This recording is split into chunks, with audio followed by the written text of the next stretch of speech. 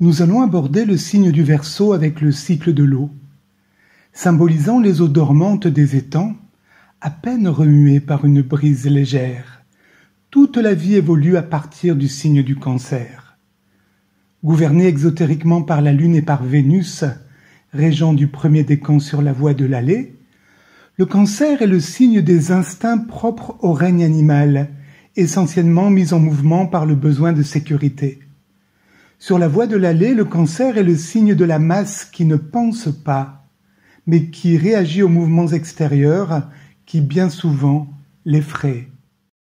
La première initiation, appelée la naissance à Bethléem, a lieu dans le signe du Lion. Opposé au signe du Verseau sur la voie de l'allée, le signe du Lion est celui de l'éveil de l'individu qui s'extrait de la conscience de masse. Il est également le feu de l'intellect qui assèche les eaux, jusqu'à rendre le sol totalement sec. Le Lion, le feu, domine le Cancer, l'eau. Bref, à ce stade, l'âme n'a pas encore appris à régler le thermostat. En effet, l'âme personnalité est égocentrée, elle est le centre dramatique de son tout petit univers. Jusqu'à ce que la deuxième initiation soit passée, l'âme personnalité est ambitieuse à souhait, brûlant tout sur son passage tel Attila, le feu du mental naissant. Il est dit que là où passait Attila, l'herbe ne repoussait plus. La conscience est uniquement focalisée sur son objectif, son désir, son idéal.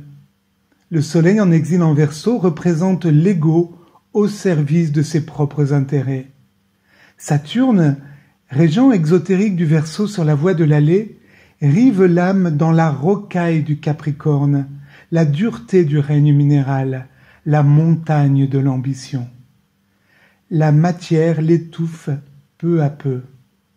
L'âme est stérile et la terre pauvre, est aride, morte. Regarde, le figuier que tu as maudit a séché, dit Pierre à Jésus.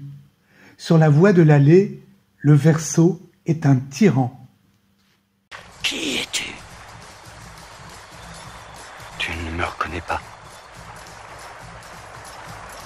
Qui es-tu? Connais-tu les prophètes que nous a dit Isaïe? Il a dit, préparez le chemin du Seigneur. Dois-je comprendre que c'est toi? Je ne sais pas, dis-le-moi.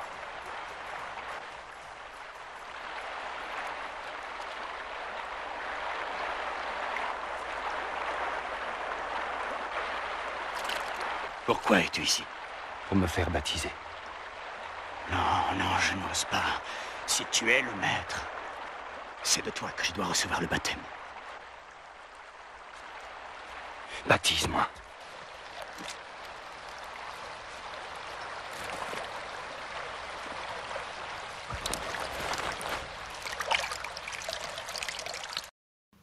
Prenant progressivement conscience du conflit intrinsèque de l'eau et du feu, de la lune et du soleil, le conflit des maîtres ésotériques et exotériques de chaque signe, l'âme passe par le Scorpion, le lieu de la transmutation.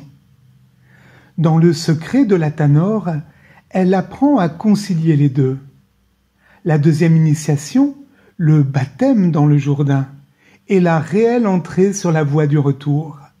Au début, l'âme s'humidifie à la rosée du matin, progressivement, car une eau trop téméraire ravinerait la terre et mettrait la roche à nu. L'apogée de cette transformation est la troisième initiation, en Capricorne, qui voit toute l'eau dormante transformée en eau ignée, mercure, transportée par les nuages pour féconder la terre.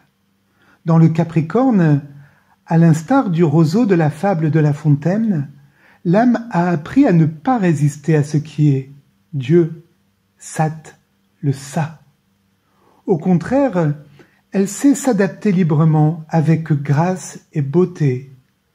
Dans le Verseau, l'âme réellement devenue serviteur du monde offre son parfum, produit de sa distillation. Le Verseau et le parfum. Un grand parfum est d'autant plus précieux qu'il est rare. Il est dit qu'on reconnaît un maître à son parfum. Le parfum signe la présence. Le verseau est l'eau de vie versée pour ceux qui ont soif. Le maître face à la Samaritaine au bord d'un puits. L'initié, le serviteur du monde, étanche la soif des disciples dont il a la charge, en fonction du degré d'évolution atteint par ceux-ci. Il est la rosée du matin, mais il peut être aussi eau ruisselante, et même tempête et orage stimulant. Uranus, sur la voie du retour, pousse l'âme, le disciple, à sortir de sa condition d'esclave, le cancer. Uranus est la divine insatisfaction qui permet à l'âme, en finalité, de connaître puis de servir sur tous les plans de la création. Dans l'allégorie de l'eau, le Verseau, l'homme androgyne, est relié au Taureau via la constellation des Pléiades, car, pour être véritablement un initié, un tel homme doit être fécond en pensée, en parole et en acte. L'amour est la semence, l'engrais est l'attention du jardinier envers la création et tous les règnes qui partagent les mêmes espaces, alors que la constellation des Pléiades, allégorie de la mer, est la pluie qui fait pousser la semence d'amour. Pour les Chinois, les Pléiades sont Mao, la chevelure qui tombe en pluie sur les épaules du Taureau. Les Pléiades sont reliées à Vénus et également à Vulcain. Si Mars est le sang, la robe pleine de vie, le Verseau est la circulation du sang, de la vie et du prana. Le Verseau est le cœur du zodiaque qui rythme la vie dans tous les règnes. Uranus est le régent exotérique du Verseau. Gouverneur du rayon 7, Uranus dévoilait et, pour l'initié, la liberté d'agir sur tous les plans de la matière, devenue pour lui une substance qu'il sait utiliser à dessein. Le Verseau est l'un des 3 signes qui gouvernent le rayon 5, sous l'égide de Vénus. L'initié travaille à travers la matière, et non plus dans la matière. Pour le disciple, Jupiter est le gouverneur du rayon 2 d'amour-sagesse et du Verseau sur le plan ésotérique. Il est l'agent de la fusion inéluctable de la tête et du cœur. Penser dans le cœur est l'injonction du Verseau. Régent hiérarchique du Verseau, la Lune crée les conditions qui permettent à l'âme de transformer l'instinct en intellect. C'est seulement lorsque le voile de la Lune est déchiré, à la 3e initiation, qu'Uranus est dévoilé à l'œil ouvert de l'initié. Dans ce cas, Uranus devient le régent hiérarchique du Verseau. Il est le passage de l'intellect, Mercure, à l'intuition, Uranus. L'initié est le lion conscient du soi et aussi le Verseau, conscient du groupe.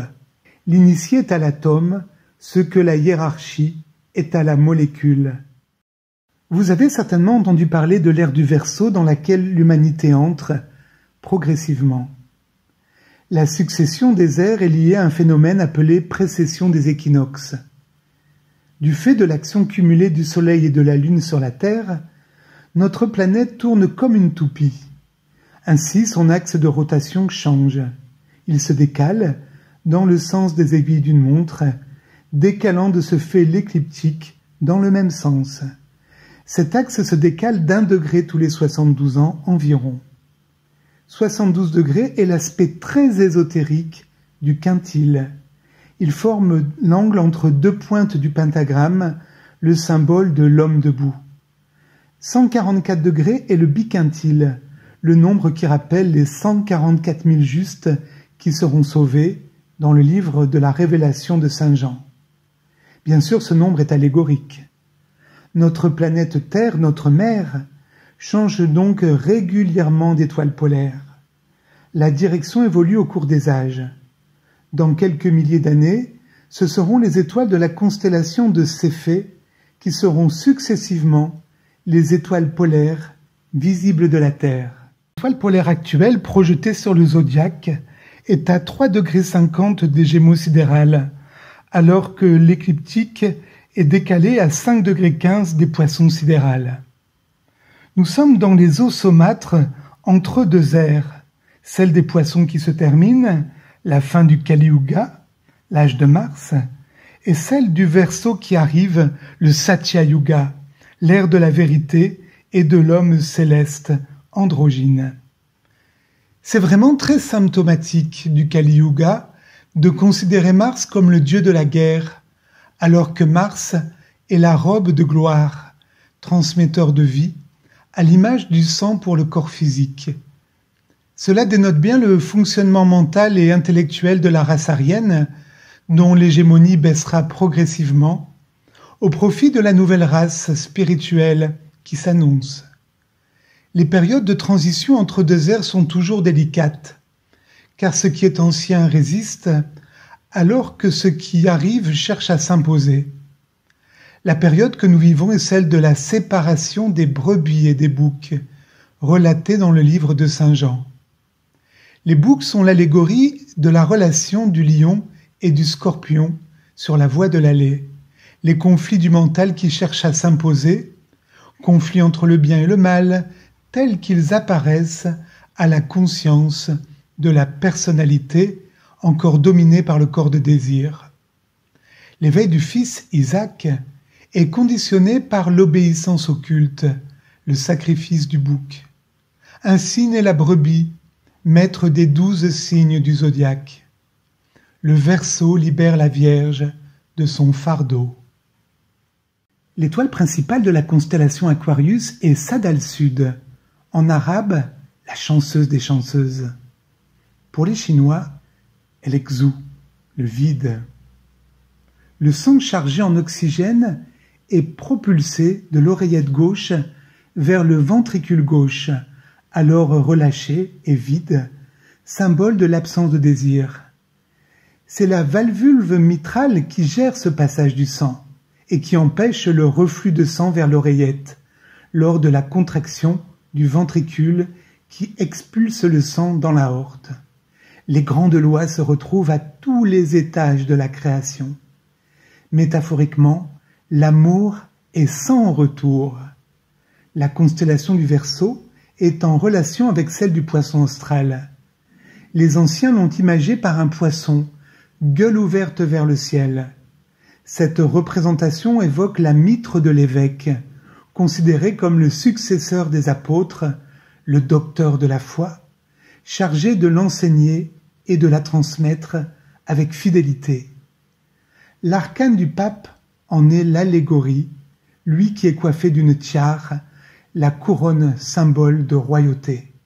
Nous pouvons rattacher la constellation Aquarius à celle de Pégasus, en l'occurrence Pégase, le cheval ailé, issu du sang de la méduse, la métaphore du passage de l'intellect à l'intuition.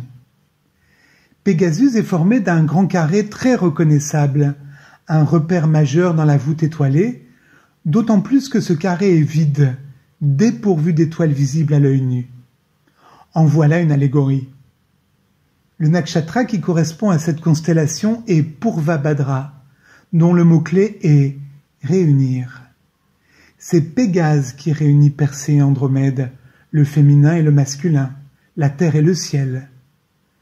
La divinité de ce nakshatra, Eja Ekapada, est l'allégorie de Neptune. Cette divinité n'est autre que Shiva à une jambe, avec Vishnu et Brahma sortant de son corps. C'est l'arcane du pendu.